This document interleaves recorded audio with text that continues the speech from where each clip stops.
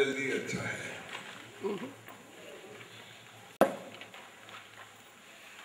थोड़ा नीचे कर दो। और जो छठवां कलश है इसमें समय सारी मूल विषय वस्तु को प्रस्तुत करते हैं।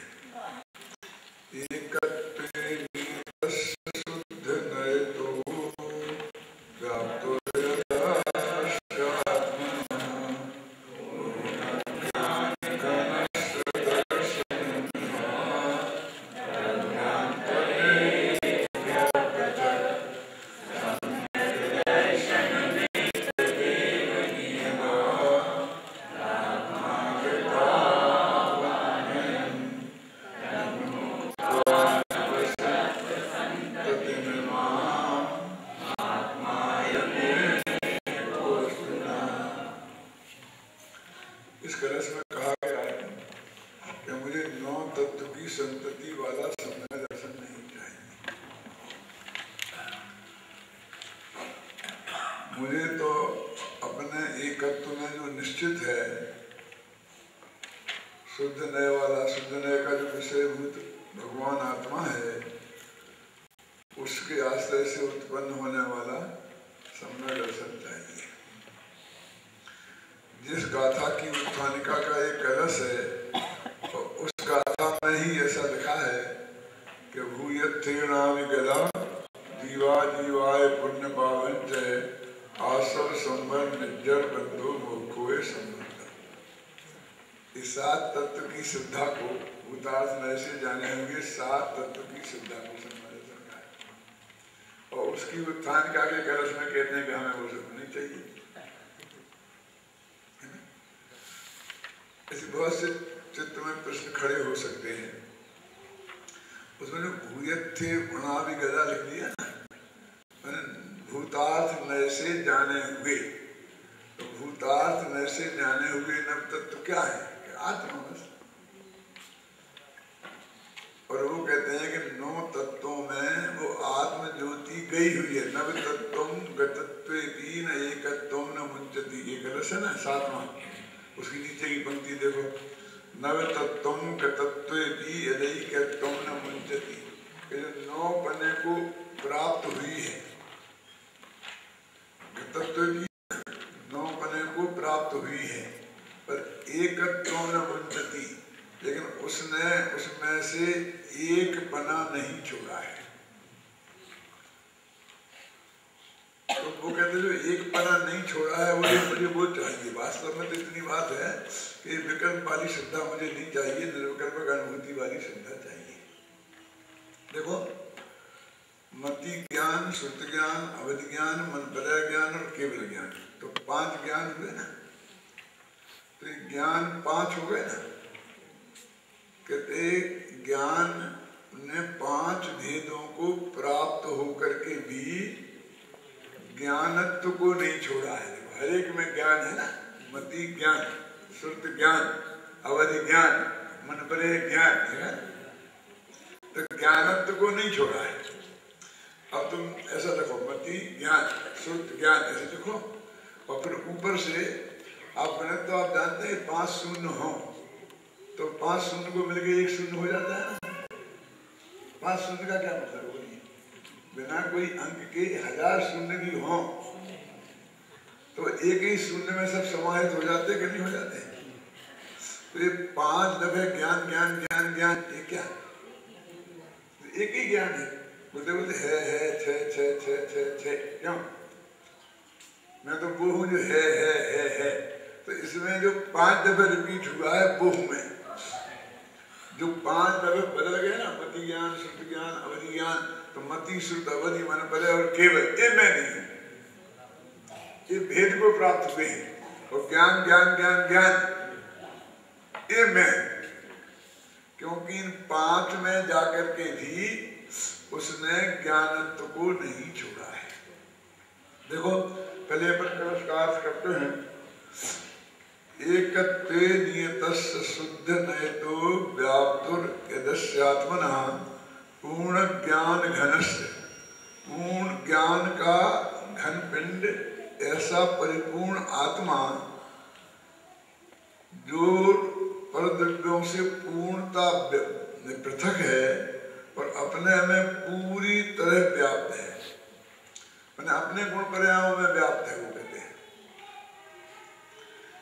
ऐसा जो आत्मा है नियत, वही वास्तव में उसके दर्शन ही सम्यक दर्शन है। बोलेगा दर्शन में सम्यक दर्शन नहीं है, कोई भगवान आत्मा के दर्शन ही सम्यक दर्शन है ना। और उसे छोड़कर कि 9 तत्व की संतति वाला सम्यक दर्शन किसे नहीं चाहिए?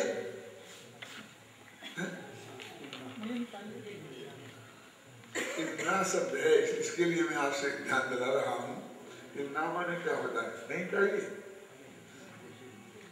ना माने होता है अस्मक, मुझे नहीं, हमें।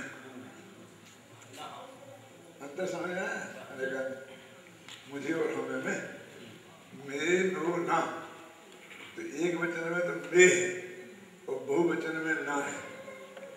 ये जो अस्मत् शब्द है ना, अहम आवाम वयम, तो इसके ही वो रूप है, द्वितीया चतुर्थी और षष्ठी। इसमें वैकल्पिक रूप मे नो ना भी होते हैं, ऐसे ही तो अस्मत् शब्द में भी होते हैं, है ना। तो ये जो ना है, ना माने हम सबको, माने ये एक की बात नहीं है। आचार्य ये नहीं कह रहे कि मुझे नहीं चाहिए, जिसको भी सम्मा दर्शन चाहिए हो उसको 9 तत्व की संतति वाला माने सम्मा दर्शन थोड़ी 2 है।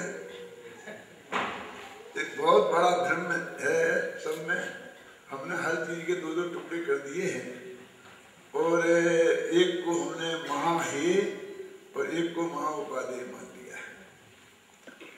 वास्तव में वस्तु तो एक ही है, और उसको 2 रूप में कहा जाता है, 2 रूप में देखा जाता है।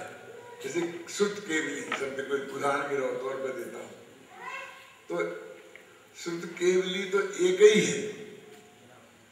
अब उन्होंने अपने आत्मा को जाना, इसके कारण उन्हें निश्चय श्रुत केवली कहते हैं, और द्वादशांक को जाना, उन्हीं को इसके कारण व्यवहार श्रुत केवली कहते हैं।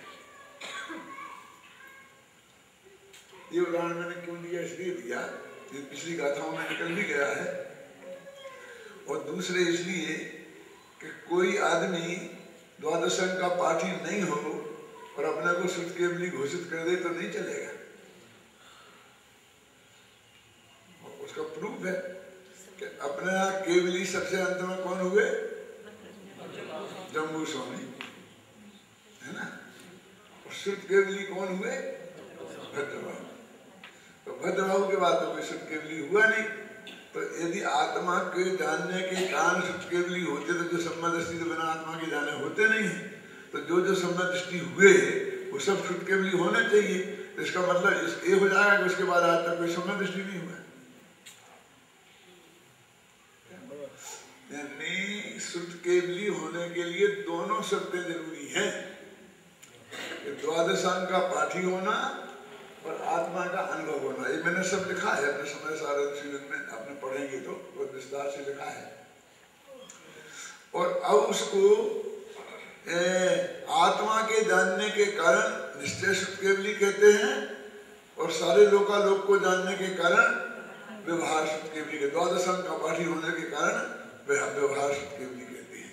अब लगाओ ये अपना कलश कि मुझे वो द्वादशांक का पाठी रूप श्रुत केवली बना नहीं चाहिए, मुझे तो एक आत्मा के अनुभव रूप श्रुत केवली बना चाहिए। यानी मेरी महिमा, मैं द्वादशांक का पाठी हूं इसलिए नहीं मानता हूं, मुझे आत्मा का अनुभव है इसलिए मेरी महिमा मुझे। मैं भी उस भद्रबाहु श्रुत केवली को द्वादशांक के पाठी से मानता हूं, लेकिन उनकी महानता उनके आत्मा के अनुभव में है। कहने का मतलब ये द्वादशांक के पाठी बनने में नहीं है। लेकिन ये जगत जो है वो द्वादशांग के पाठी पने को मानता है। जगत माने ज्ञानियों का जगत भी, जरा सुनना मेरी बात, क्यों? क्योंकि उसका काम तो उससे होता है, उसके निश्चय शुद्ध केवली पने से उसे कुछ नहीं मिलता, उसके व्यवहार शुद्ध केवली पने से कोई समय सार मिलता है। जिस न्याय से अपने यहाँ अनंत भगवान को पहले नमस्कार किया गया है ना, नमो अनंतालम में, क्योंकि उनका हमसे उपकार होता है, तो हम तो उपकार वाले को पहले याद करते हैं। तो ये तो व्यवहार की बात हो गई ना, हमने उपयोगिता के आधार पर निर्णय किया, उनकी महानता के आधार पर, अनंत से सिद्ध महान है कि अनंत महान है, इसके आधार पर हमने निर्णय नहीं किया, हमने अपनी उपयोगिता के आधार पर निर्णय किया। और व्यवहारिक जन तो ऐसा करते ही है। क्यों? गंगा जी का पानी कितना ही मीठा होगा, हमारा तो हमारे बगल में जो कुआं है वही काम आने वाला है, हमारे लिए तो वही सबसे बड़ा नेता है। गांव के किसान को तो अटल बिहारी वाजपेयी बड़े नेता नहीं है, वो गांव का छुटभैया नेता जो है ना, जो उसके काम करा देता है, उसके लिए तो वही बड़ा नेता है। वो तो वो कहेगा जिसको वोट दे देगा, क्या इस पर निर्णय करेगा वो, उसके आधार पर निर्णय नहीं करेगा। तो ये व्यवहारिक जनों का निर्णय है। इसलिए कहते हैं कि वो नहीं चाहिए का मतलब ये है कि तुमने अपने स्वार्थ की वजह से उसको जो महत्व दिया है, तुम इसको महत्व दो, इसकी बात है। कोई भेद की श्रद्धा वाला सम्मदर्शन नहीं चाहिए। फिर मैं आपको कहना चाहता हूं, जो तुमने शुद्ध केवली पे घटित किया वो सम्मद दृष्टि पे घटित करो। निश्चय शुद्ध केवली, निश्चय सम्मद दृष्टि और व्यवहार सम्मद दृष्टि, इस प्रकरण की बात करता हूं मैं। तो अपने आत्मा का अनुभव है, उसमें एकत्व है, ममत्व है, उसका नाम निश्चय सम्मद दर्शन, और सात तत्व श्रद्धा, उसका नाम व्यवहार सम्मद दर्शन लिखा कर लिया। अभी आप देखना, राम जी भाई का तत्वार्थ पढ़ना, और उसमें बहुत मेहनत करके तत्वार्थ सिद्धांत सम्मद दर्शनम को निश्चय सम्मद दर्शन सिद्ध किया है।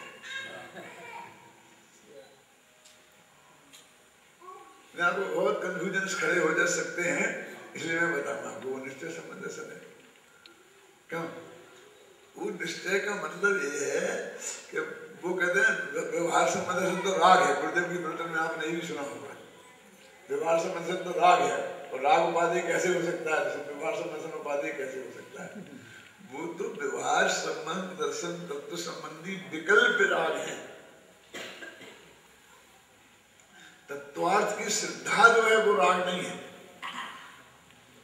मेरे कहने का मतलब ये है कि श्रद्धा का एक तो मतलब होता है अपनापन स्थापित करना। तो त्रिकाली ध्रुव भगवान आत्मा में तो उसने अपनापन स्थापित किया, लेकिन ये मैं नहीं हूं, और ये मैं नहीं हूं लेकिन ये हैं, ये तो जाना कि नहीं जाना। इसलिए जो व्यवहार संबंधन होता है वो ज्ञान की मुख्यता से हो जाता है। श्रद्धा तो बिल्कुल निर्विकल्प होती है, इसलिए निश्चय संबंध से कोई तो कोई दिक्कत नहीं है उसमें।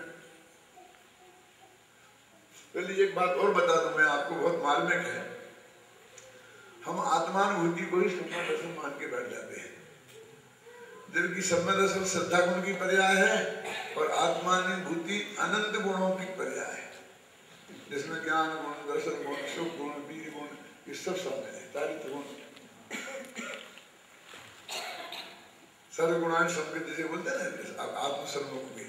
तो यदि दोनों को एक मान लें तो दिक्कत क्या हो जाएगी कि आत्मानुभूति के काल में तो उसे हम सम्यक दृष्टि मानेंगे, और जब आत्मानुभूति का काल नहीं है तो उसमें तो मिथ्या दृष्टि हो जाएगा। भरत चक्रवर्ती लड़ाई लड़ते वक्त सम्यक दृष्टि था कि मिथ्या दृष्टि? तो लड़ाई लड़ते वक्त आत्मानुभूति तो नहीं थी,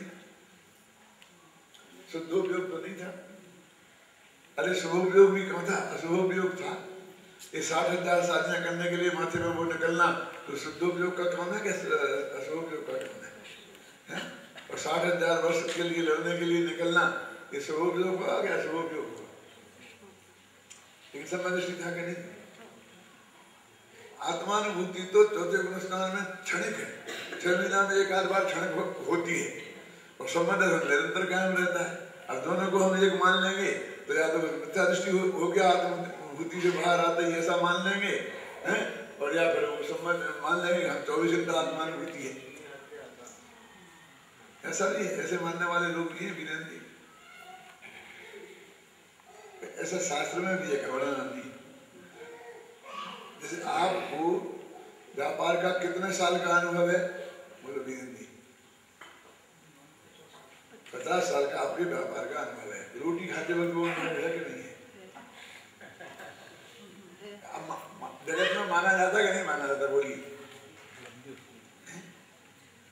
वो अनुभव है ना, उसको भी अनुभूति कहते हैं, उसको भी अनुभव कहते हैं। अनुभव अनुभूति में भी ऐसा फर्क किया जाता है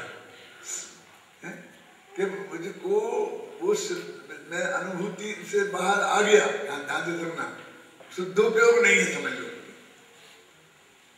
लेकिन ऐसी श्रद्धा और ज्ञान में ये बात कायम है ना कि ये मैं हूं, उसमें अपनापन कायम है। श्रद्धा गुण में और ज्ञान गुण में नहीं। एक क्षण को भी ज्ञान गुण में से भी बात बाहर नहीं होती है। ज्ञान गुण इसलिए तो कहते हैं सुपर प्रकाशक है। फिर पर को जानेगा तो अपने को जानना छूट जाएगा, ऐसा नहीं है। यदि वो हमारे दिमाग में न मालूम कहाँ से घुस गया है, तो एक ज्ञान एक समय में एक को ही जान सकता है। स्व को जानेगा तो पर को नहीं जान सकता, पर को जानेगा तो स्व को नहीं जान सकता। इसने बहुत बड़ी भ्रांति पैदा की। इसका अर्थ भी बताऊंगा मैं, जहां लिखा है तो क्या है। ये आत्मा का स्वभाव सुपर प्रकाशक है। जब पर को जानेगा तब स्व जानने में आता रहता है, जब स्व को जानता है तब पर जानने में आता रहता है।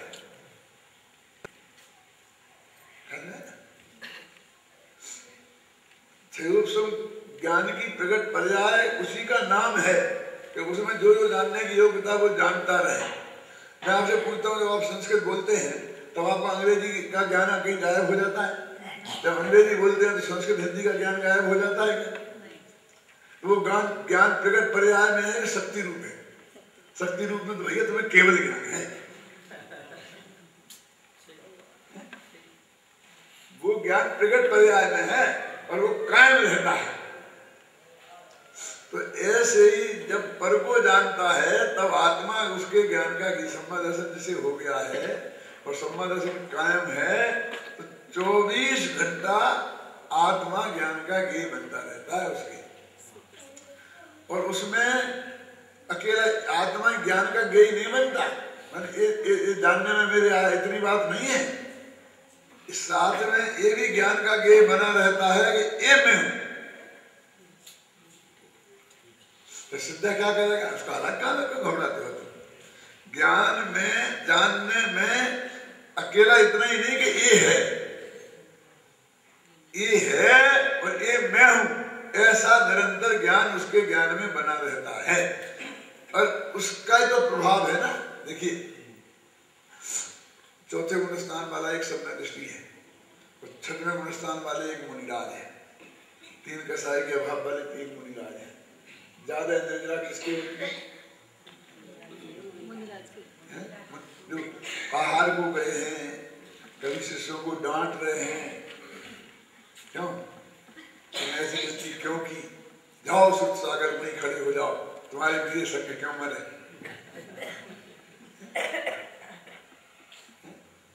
मेरे कहने का अर्थ ये है कि उस काल में भी ज्यादा निद्रा हो रही। क्यों हो रही है? इससे सिद्ध होता है कि उपयोग से निद्रा नहीं होती, घबराना नहीं, परिणति से निद्रा होती है। 3 कसाई के अभाव रूप निर्मल परिणति उसके है। उपयोग भले अशुभ भी हो कदाचित, शुभ हो तो भी उसके निद्रा अधिक है।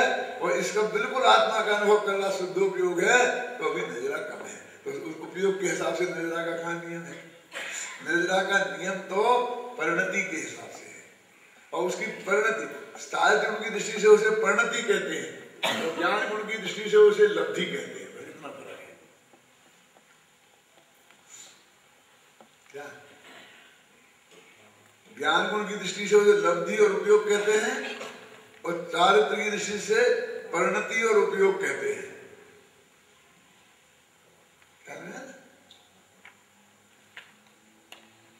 और शुद्ध गुण में तो ऐसा भेद है क्या? अंदर कुछ बाहर कुछ, वो तो एक ही है, बस खत्म। तो सम्मा दर्शन काय का नाम है? आत्मानुभूति का नाम सम्मा दर्शन नहीं है, क्योंकि आत्मानुभूति के बिना भी सम्मा दर्शन टिकता है। तो फिर क्यों कहा शास्त्रों में? क्योंकि सम्यक दर्शन की उत्पत्ति आत्मानुभूति के काल में होती है, इसलिए कहा। जब सम्यक दर्शन पहली दफे उत्पन्न होगा, दूसरी दफे भी उत्पन्न होगा, न छूट जाए और दूसरी, तो वो अनुभूति के काल में होगा। तो ऐसा नहीं है कि छूट गया वो खेलते खेलते हो जाए, लड़ते लड़ते हो जाए द्वारा, ऐसा नहीं होगा। न पहली दफे ऐसा होगा। तो उत्पत्ति उसके अनुभूति के काल में होती है, इसलिए अनुभूति के साथ सम्मा दर्शन को जोड़ दिया। इसके लिए सरल उदाहरण नहीं है, क्योंकि मैं प्रश्न करता हूं, अभी आपने बहुत अच्छे अच्छे प्रश्न किए और सबने उत्तर भी दिए, तो मेरे प्रश्न का उत्तर देने की जरूरत नहीं है, मन में ही उत्तर दे लेना है? क्या कि ब्रह्मचारी के बाल बच्चे होते हैं कि नहीं?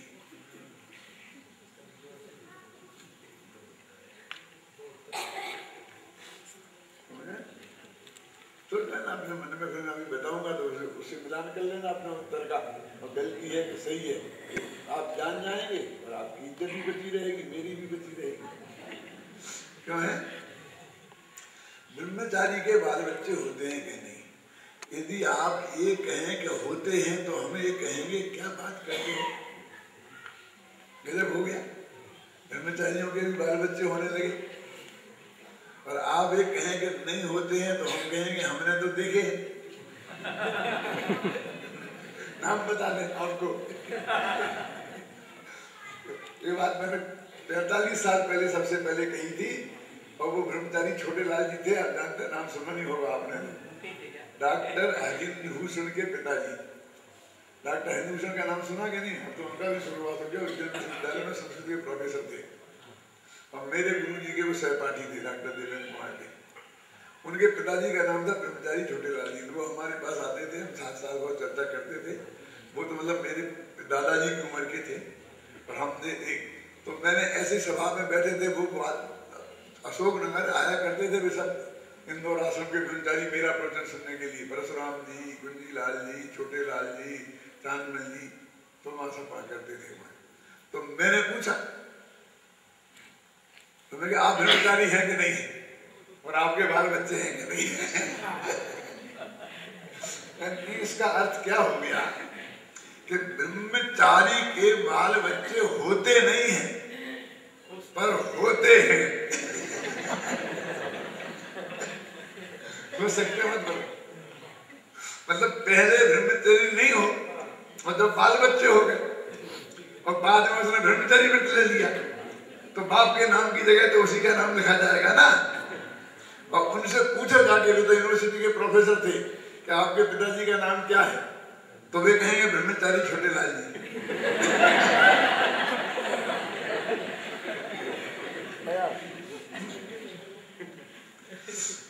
अरे भाई, सिर्फ उसके उत्पत्ति काल माने गर्भाधान काल में ब्रह्मचर्य नहीं होना चाहिए, बस खत्म, इतनी सी बात है।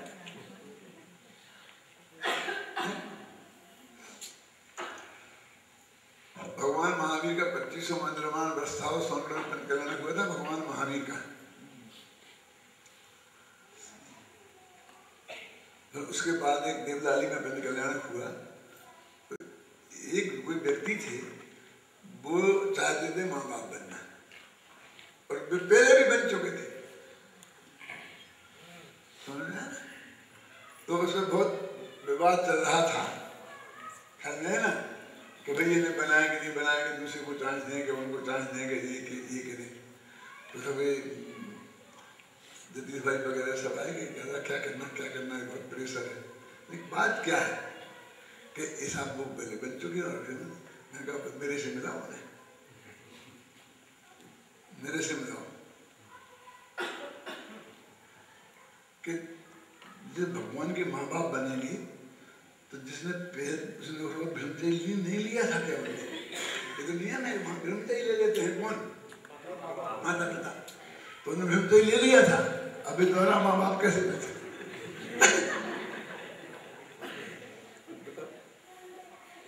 1 मिनट में हाल हो गया पवन जी, मैंने छोड़ के भाग गए।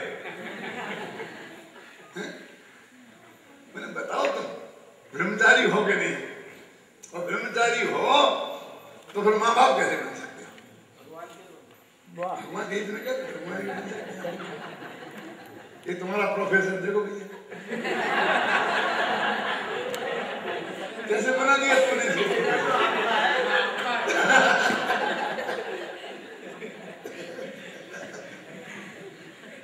हम इसकी बात मानते इसलिए कि आपका जिला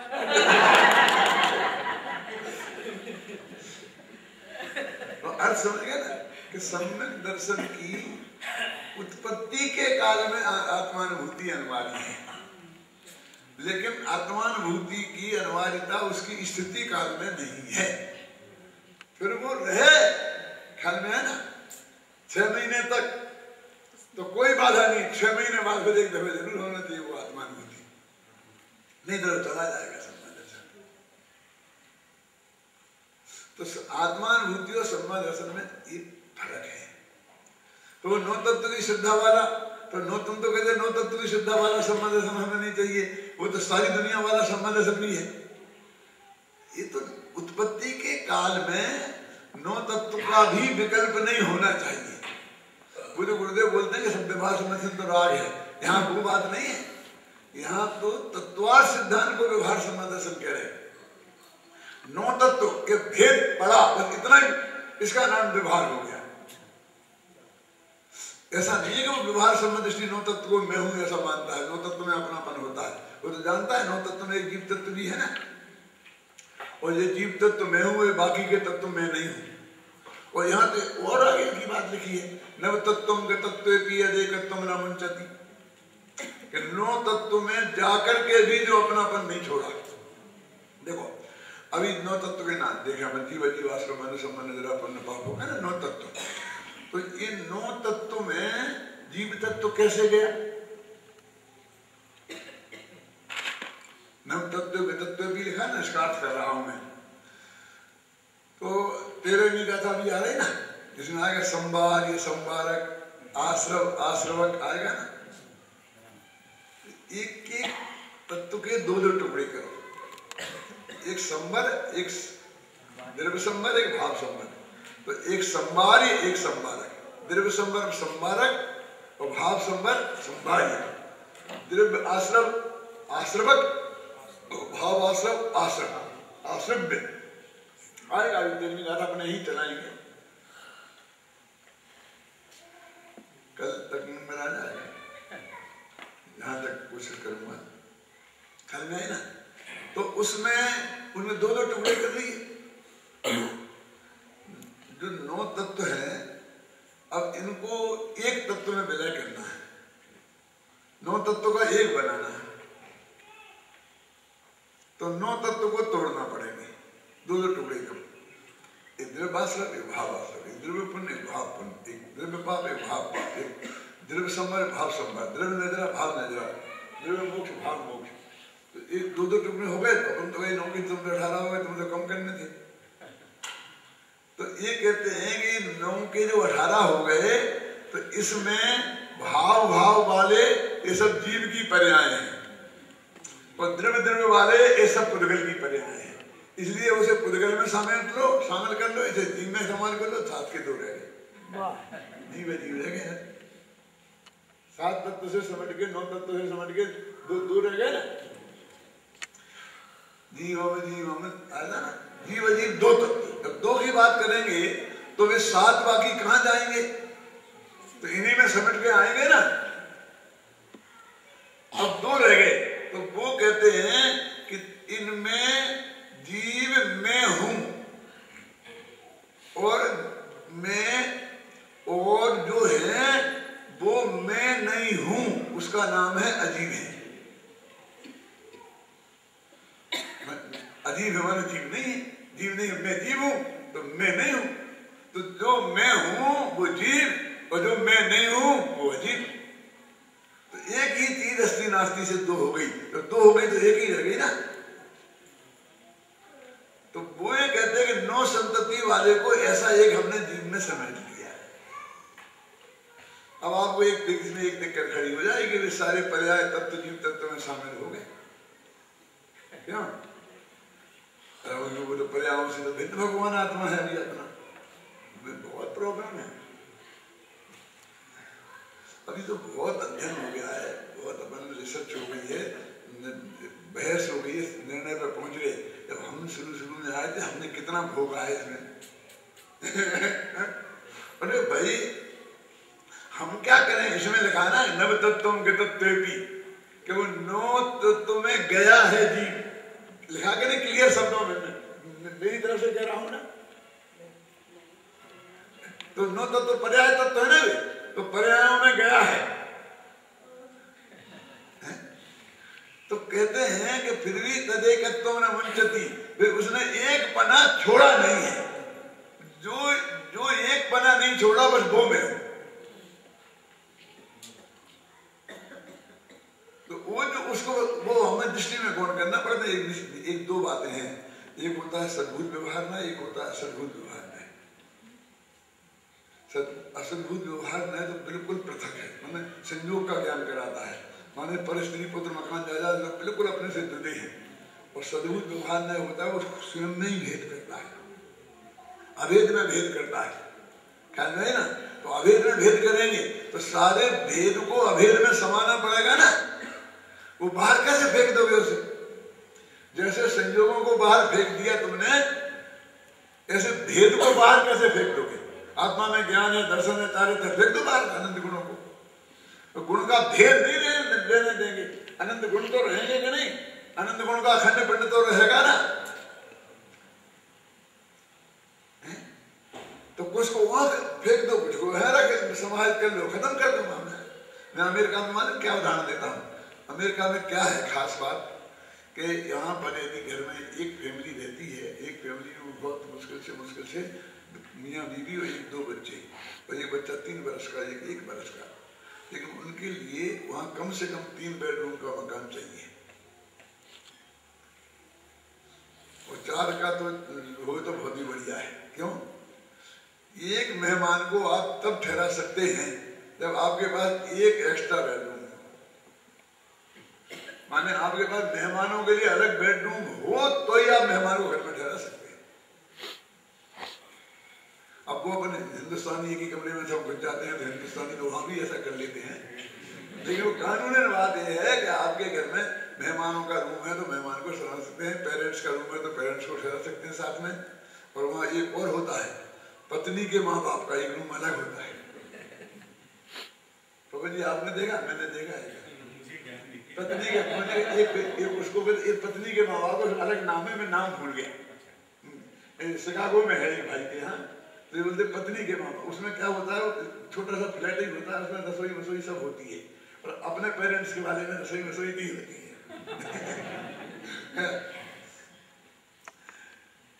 तो उनके क्या है कि वो एक 3 वर्ष के बच्चे का अलग बेडरूम, 1 वर्ष के बच्चे का अलग बेडरूम, समझे? और मियां बीवी का अलग बेडरूम बनने के बाद बच्चा हो जाए तो मकान बदलना पड़ेगा। वहां तो मकान यदि बीवी बदलते ऐसे मकान बदल जाए। तो मैं उनसे एक बात कहता हूँ, क्यों? इस 7 तत्व की बात को, 9 तत्व की बात को समझाने के लिए कि यदि तुम्हारे बच्चे के लिए सेपरेट बेडरूम हो तो बच्चा आपके कमरे में नहीं आएगा। लेकिन यदि से सेपरेट बेडरूम है ही नहीं तो कहाँ जाएगा? फिर तो वो आपके कमरे में आएगा ही ना।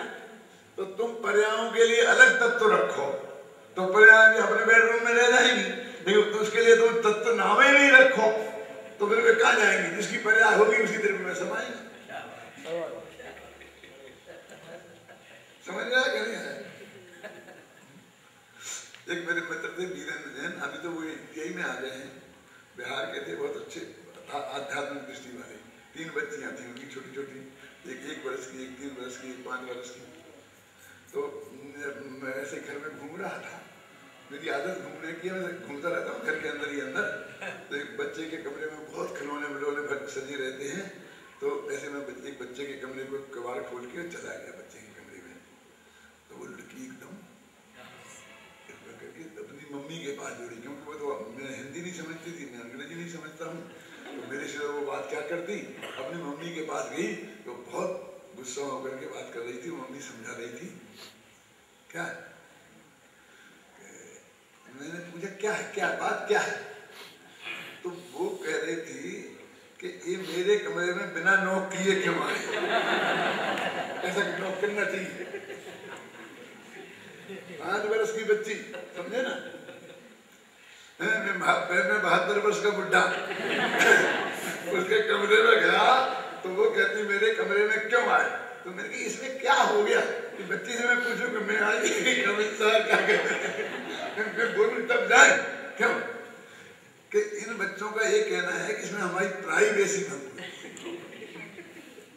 अब समझे, दादा के जाने पोते के कमरे में दादा जाए तो पोते की प्राइवेसी भंग होती है, वो 5 वर्ष के पोते की 25 वर्ष वाले की होते तो वो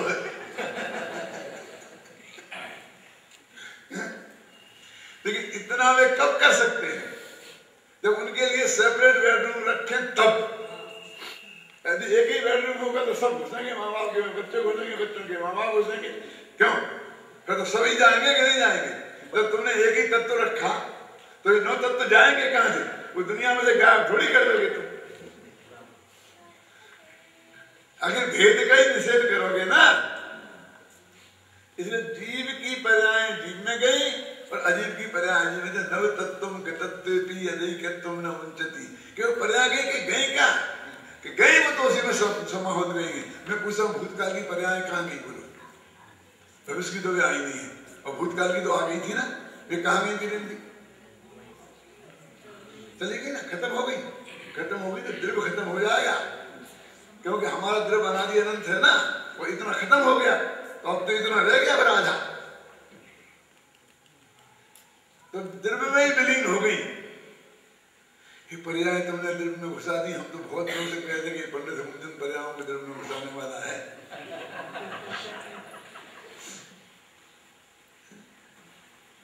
अरे भाई, वे पारणामिक भाव के रूप में जाके द्रव्य में समाती हैं, और पारणामिक भाव तो दृष्टि का विषय है क्या नहीं है, ये यार शास्त्र में आता है सब, गुरुदेव की वाणी में भी सुन लेना कि वे अंदर में विलीन हो गई, लेकिन वो क्षयोष्मक भाव के रूप में नहीं है, क्षायिक भाव के रूप में नहीं है, औष्मक भाव के रूप में नहीं है, वो पारणामिक भाव के रूप में समाहित हो गई, तब तो द्रव्य अनादि रहेगा ना, जिसे द्रव्य खत्म हो जाएगा। यदि वो बिल्कुल ही खत्म हो गई होती, सुनो, तो फिर जानी नहीं जा सकती थी। आज जिसे केवल ज्ञान हुआ, तो केवल ज्ञान तो उसे आज हुआ है ना, तो अनंत काल पहले की खुद की पर्याय वो जान सकता है कि नहीं जान सकता, तो जानी जा सकती है, इसका मतलब वो है, तो लाओ, लाए कैसे, स्वकाल में है, वो काल लाओ तो पर्याय आ जाएंगे, उस रूप में ही जानी जा सकती है, जैसी थी वैसी जानी जा सकती है, जैसी थी, अब तो वो पारणामिक रूप हो गई, हाँ, उस समय वो पारणामिक, तो ऐसी अभी पारणामिक रूप हो गई, उस वक्त ऐसी थी, ऐसी दोनों जान जाती है, ऐसी दोनों जानी जा सकती है, इसलिए तो एक तो बड़ी विचित्रता है, अन्यथा वो ज्ञान के गेय नहीं बन सकती थी। एक ज्ञान के गेय में है, उसमें लिखा ना, वर्तन साल में एक बिल्कुल मूल गाथा है कि अनुत्पन्न और विनष्ट पर्यायें ज्ञान में वर्तमान बत ही झलकती हैं, वर्तमान बत विद्यमान है, सब है ना, जो पर्याय है, अनुत्पन्न जो पर्याय है, उत्पन्न होकर विधि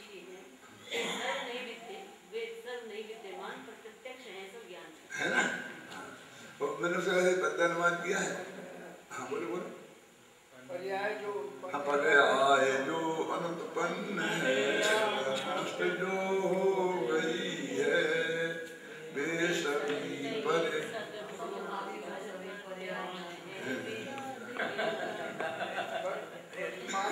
तुम तो नया शब्द बना रही हो, मैं तो अपना बना बनाया बोल रहा हूँ,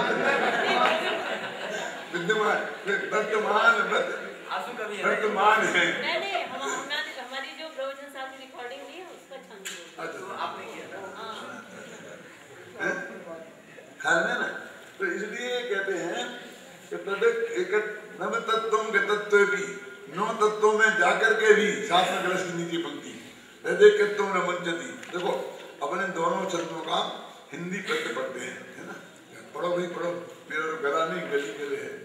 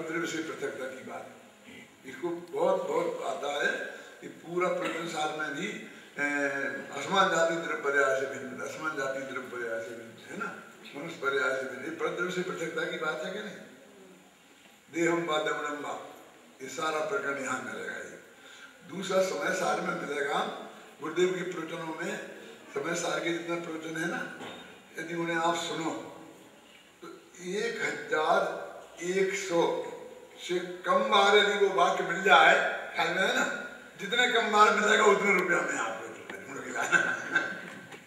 1000 से ज्यादा बार मिलेगा। क्या वाक्य? आई निर्मल पर्याय में शामिल करीने बात शक्तियों के प्रकरण में मिलेगा और भी जगह मिलेगा, क्योंकि शक्तियां तो समय सार में से निकाली है ना, जीवक शक्ति दूसरी भाषा में से निकाली है, आते ना है? तो वो उसमें भी वही मिलेगी। जब शक्तियों के प्रकरण में मिलेगी तो वो बात जहाँ शक्ति जहाँ से निकाली है शक्ति वहां भी मिलेगी क्या नहीं मिलेगी? कि आई निर्मल पर्याय ने शामिल करीने बात है। दूसरा वाक्य मिलेगा कि वरुणादि अनुरागादि तेने भाव को न्यारा किया। अब देखिए वर्ण केवल ज्ञान आदि का है। अब मान लो कौन रूप से उसमें शामिल होगा, जो भी कर होगा, 29 प्रकार के भाव हैं, लेकिन डंके की चोट घोषणा जिसे अपन कहते हैं वो तो यही है ना, एक रागादि, एक वर्णादि, एक रागादि। तो रागादि वर्णादि में सारे संयोग और रागादि में सारे संयोगी भाव है।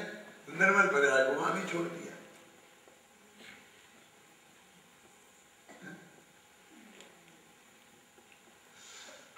वो कहते हैं कि जिस दृष्टि के विषय को हमको मैं आशा से संबंध से प्रकट करना कि नीचे पढ़ता हूं उसमें लिखा है इसमें, वो भी निर्मल पर्याय है का जिससे तुझे भिन्नता की समस्या हो। अभी जो पर्याय है, जो संयोग विद्यमान है, उनसे भिन्न की तो बात नहीं करता, और जो भिन्न समझता नहीं है, जो नहीं है जो होगी उनसे भिन्नता की बात करता है। मतलब केवल ज्ञान से भिन्न है आत्मा। लेकिन तेरा केवल ज्ञान है क्या कि वो दूसरे महावीर को तो है ना केवल ज्ञान, तो उससे भिन्न है तेरा आत्मा। वो तो परद्रव्य से भिन्न में चला गया। वो तो परद्रव्य की पर्याय है, वो तो पर में चली जाती कि नहीं चली गई। तो तेरा केवल ज्ञान तो अभी है नहीं। तो जो नहीं है उससे भिन्न के लिए तो सम्मान की बात करता है, और जो अभी विद्यमान है राग उससे उसकी बात नहीं करता है। और दूसरे टोडरमल जी ने लिखा है मोक्ष महाप्रकाशक में निश्चयाभासी के प्रकरण में शुरू में कि जो राग पर्याय विद्यमान है उससे तो इनकार करता है, और जो केवल ज्ञान पर्याय नहीं है उसे कहते हैं केवल ज्ञान स्वामी। लेकिन सम्यक दृष्टि तो ऐसा विचार कर सकता है ना, कैसा कि वो शुद्ध क्या क्या वो समझ दृष्टि का ही विचार है सब जो बता रहा हूं मैं आपको। देखो देखो पवन जी, सीधा देह से भिन्न आत्मा जाने और समझ से हो सकता है। मैं तो वैसे उस प्रश्न पे किया कि वर्तमान में शुद्ध पर्याय नहीं है तो मेरा उधर विकल्प करना ही बेवकूफी है। हाँ वो तो सारी सब पर्यायों से बाहर है, जब गहरा अध्ययन करेगा। लेकिन तो भी वजन किस पे दिया है, मैं तो बात कर रहा हूँ। अभी मैंने तो ये कहा नहीं कि वो उस सहित आत्मा कृष्ण दृष्टि का विषय है ना। मैं तो ये कह रहा हूँ बार बार कि जो नहीं है वो भी मैं नहीं हूँ, ये बात भी सही है। लेकिन जो है पहले उससे ये मैं नहीं हूँ ये तो कर। अगर शरीर से भिन्न कर लिया तो भाव से, राग भाव से तो स्वतः भिन्न हो गया। हाँ हो गया। इसमें लिखा द्रव्याश्रय स्वतः एव भिन्न भावाश्रयो भावमयो अप्रपन्नो द्रव्याश्रय स्वतः एव भिन्न। कि भावाश्रमों का तो अभाव किया और द्रव्याश्रमों से तो स्वतः ही भिन्न है। देखो द्रव्याश्रम का तो अभाव करने की बात ही कहाँ है, वो तो कभी एक तू हुआ ही नहीं। लेकिन भावाश्रमों से अभाव करने की बात है, कलश है मूल भाव ये है आश्रम अधिकार में है। द्रव्याश्रमों से तो स्वतः ये भी भिन्न और भावाश्रमों से तूने अभाव किया। तो यहाँ ये कह रहे हैं कि नव तत्वों के तत्व भी 9 तत्वों में वो आत्म ज्योति 9 तत्वों में गई तो भी उसने एकत्व को नहीं छोड़ा। जिस एकत्व को नहीं छोड़ा वो एकत्व में अपनत्व कर, तू तेरा काम हो जाएगा, बस कहता। वो जिसमें गई उसकी बात मत कर।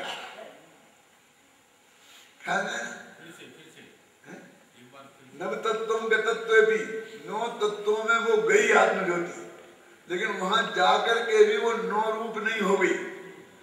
उसने एकत्व को नहीं छोड़ा, समझे ना। उसने एकत्व को नहीं छोड़ा तो तुम उस एकत्व में अपनत्व कर। वो जिसमें गई उसमें अपनत्व मत कर। हाँ आ गए सब आ गए ना।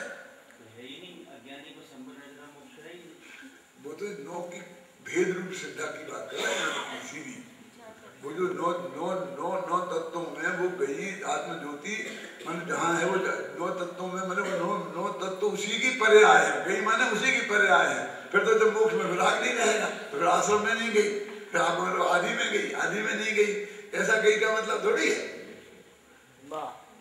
क्यों है क्या बात। फिर तो आप ये कहोगे वो कभी 9 तत्व में जाएगी ही नहीं, तो मोक्ष में पहुंच जाएगी तो आश्रम में नहीं जा पाएगी, और आश्रम में जाएगी तो मोक्ष में नहीं जा पाएगी, खंडवस्त जैसी हो जाएगी। तो इसलिए ये कहते हैं दो सम्मान दर्शन काल का नाम है। बहुत सरल शब्द में मैं बोलता हूँ कि जो त्रिकाली जो भगवान आत्मा है ना पर तो बिल्कुल पूरी तरह से निषेध जिसमें हो गया, वो असद्भुत व्यवहार नए में चला गया है ना। वो पर का भेद तो हो ही गया। अब अपने में जो 3 गुण भेद, प्रदेश भेद और पर्याय भेद, ऐसा समझ इन तीनों से रहे। जो वो त्रिकाली जो भगवान आत्मा तेरे ज्ञान का ये बने शुद्ध नय का विषय। देखो अब शुद्ध नय ने विषय बनाया तो उसमें से वो वस्तु में से कोई चीज नहीं हटाई, अपने ज्ञान के गे में से हटाई। बस मैं इसे जानता हूं और बस उसने उसमें अपनापन कर लिया। झगड़ा कहते देखो कि ये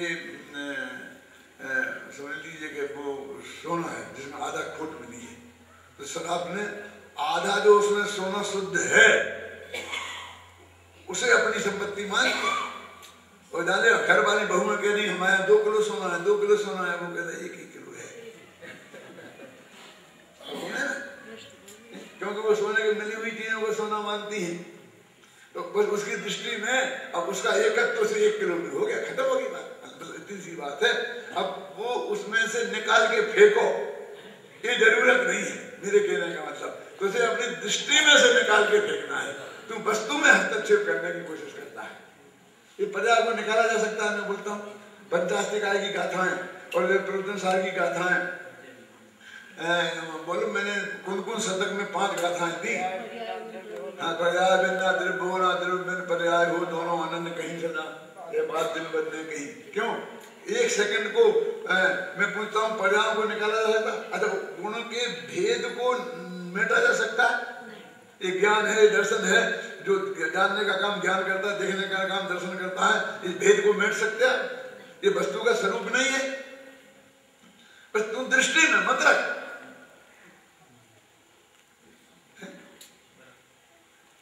देखो ये मकान में कितना पैसा आपका लगा है, आप जितना लगा है उतनी संपत्ति के मालिक नहीं हो, तो कितने के मालिक हो? कितना पैसा खड़ा हो सकता है, उससे दुगना भी हो सकता है और आधा भी हो सकता है। क्यों?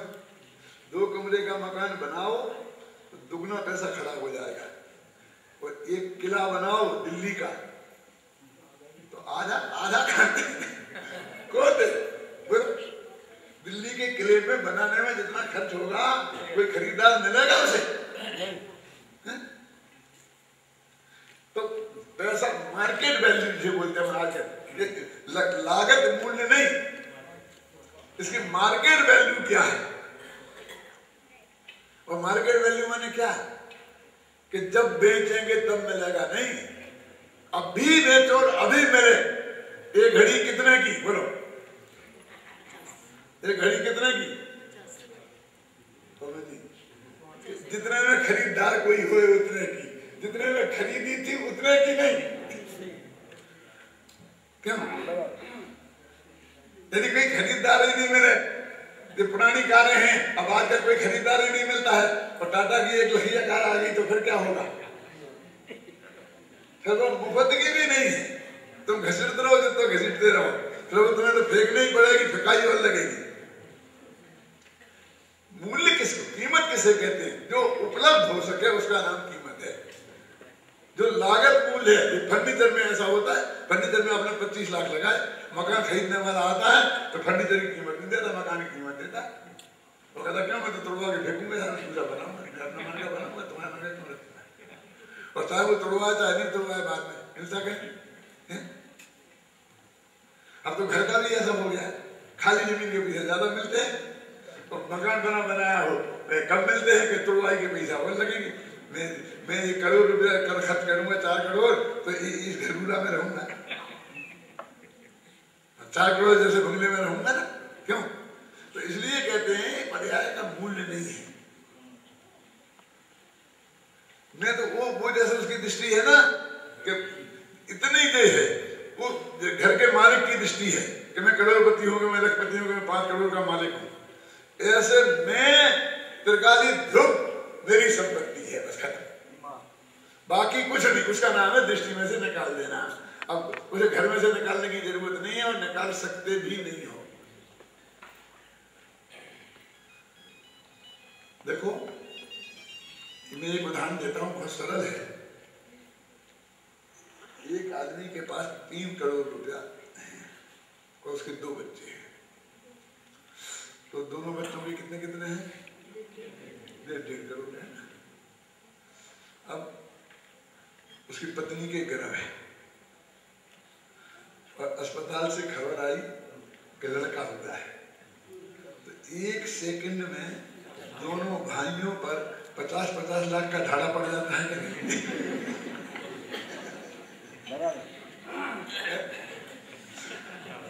एक पैसा यहाँ से यहाँ हिला नहीं, सब उन्हीं के हाथ में है, लेकिन उनके ज्ञान में आ जाता है ना कि मैं करोड़ का मालिक हूं, अब 1.5 करोड़ का मालिक नहीं। बस इतनी सी बात है। मैंने कहीं से कुछ करना नहीं है, तेरे ज्ञान की बात है। तो ज्ञान में जो असली माल है जो कभी नष्ट नहीं होगा, वो जो त्रिकाली ध्रुव है, बस वही मैं हूं, उसमें अपनापन, उसका नाम सम्यक दर्शन है। इसको मैं सरल भाषा में बोलता हूँ, अपने में अपनापन, उसका नाम सम्यक दर्शन, और पर पदार्थों में अपनापन, उसका नाम मिलना दर्शन। इतनी सरल परिभाषा सम्यक दर्शन।